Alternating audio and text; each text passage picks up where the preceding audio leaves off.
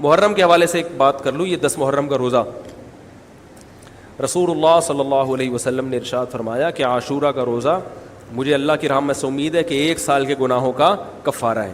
تو بڑی فضیلت ہے. رمضان کے بعد سب سے زیادہ فضیلت عاشورہ کے روزے کی ہے, 10 محرم کا روزہ. سمجھ رہے ہیں؟ محرم میں ہمیں شریعت نے کیا کرنے کا حکم دیا ہے, اسلام کیا کہتا ہے؟ پہلی بات, اسلام یہ کہتا ہے کہ محرم میں روزے رکھنا دوسرے مہینوں کی نسبت زیادہ ثواب ہے. رمضان کے بعد تو زیادہ سے زیادہ روزے رکھیں, اور اسپیشلی 10 محرم کا روزہ 1 سال کے گناہوں کا کفارہ ہے, یہ اور زیادہ ثواب ہے. پورے محرم نہیں رکھے جاتے تو کیا کرنا ہے, 10 محرم کا رکھنا ہے. حدیث میں آتا ہے کہ آپ نے حکم دیا 2 روزے ملا کے رکھو, کیونکہ یہودی جو تھے وہ 1 روزہ رکھتے تھے, صحیح ہے نا. تو یہودیوں سے مشابہت سے بچنے کے لیے ہمیں حکم دیا کہ اس کے ساتھ ایک اور روزہ ملائیں. تو علماء یہ کہتے ہیں کہ آج کل یہودی 10 محرم کا روزہ نہیں رکھتے, تو اب مشابہت ختم ہو گئی ہے. تو اگر کوئی 9, 10 یا 10, 11 کا رکھ لے تو اچھی بات ہے, نہیں تو صرف 10 محرم کا بھی رکھ لے تو بھی انشاءاللہ پورا ثواب ملے گا, کیونکہ اب اس میں مشابہت رہی نہیں ہے. سمجھ رہے ہیں کہ نہیں سمجھ رہے؟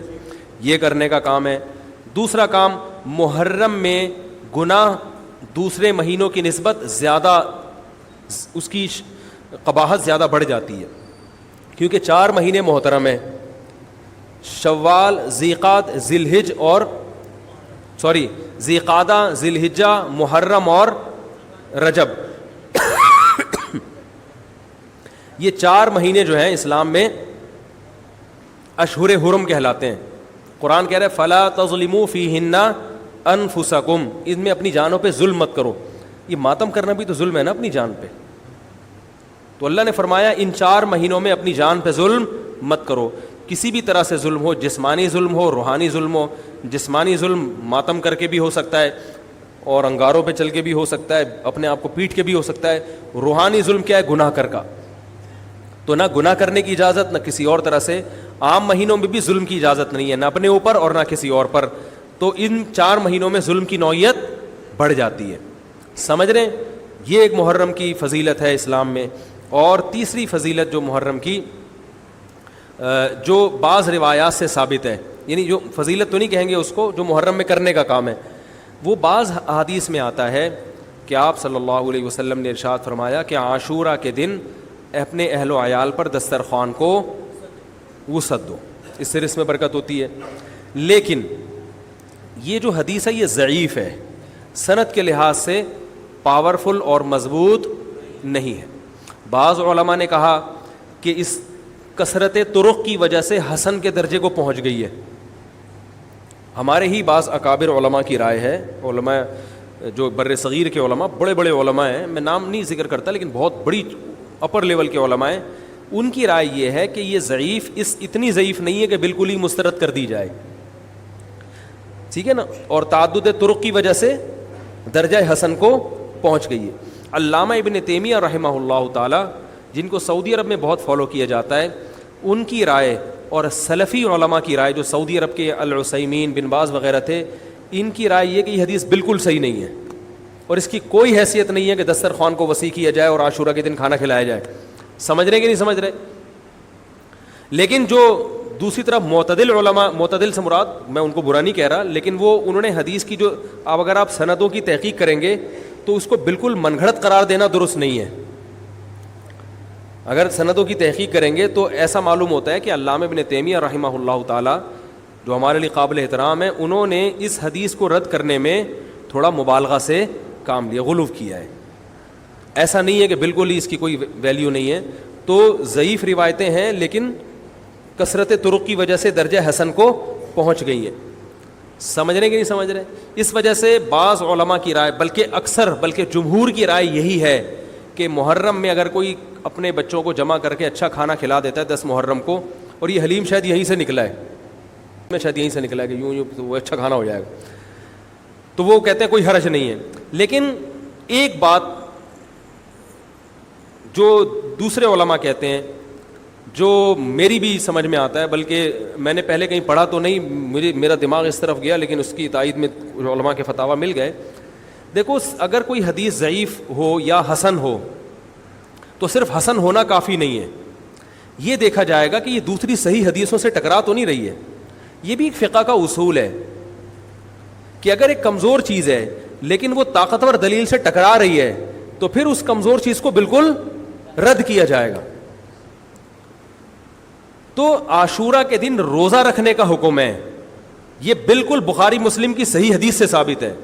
اور جو کھانا کھلانے والی روایت ہے وہ اس ٹکر کی نہیں، اس کو تو ابن تیمیہ جیسے محقق نے بالکل ہی کالعدم قرار دے دیا، بعض عرب علماء نے بھی بالکل کالعدم قرار دے دیا، اگرچہ ہماری رائے ہے کہ بالکل کالعدم نہیں ہے، لیکن بہرحال اس میں محدثین کا بڑا اختلاف ہوا ہے.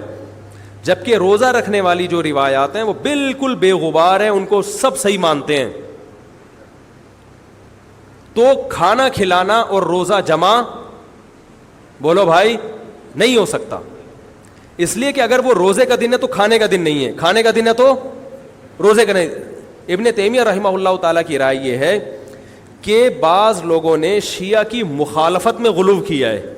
شیعہ نے اس دن کو چونکہ منحوس بنا دیا 10 محرم کو، تو انہوں نے مخالفت میں اس دن کو ایک سیلیبریٹ کرنے کے لیے نا کھانا کھلانے کا حکم دے دیا کہ ہم منحوس نہیں سمجھتے بلکہ اس کا کیا کریں گے اپوزٹ کہ کھاؤ اور کھلاؤ.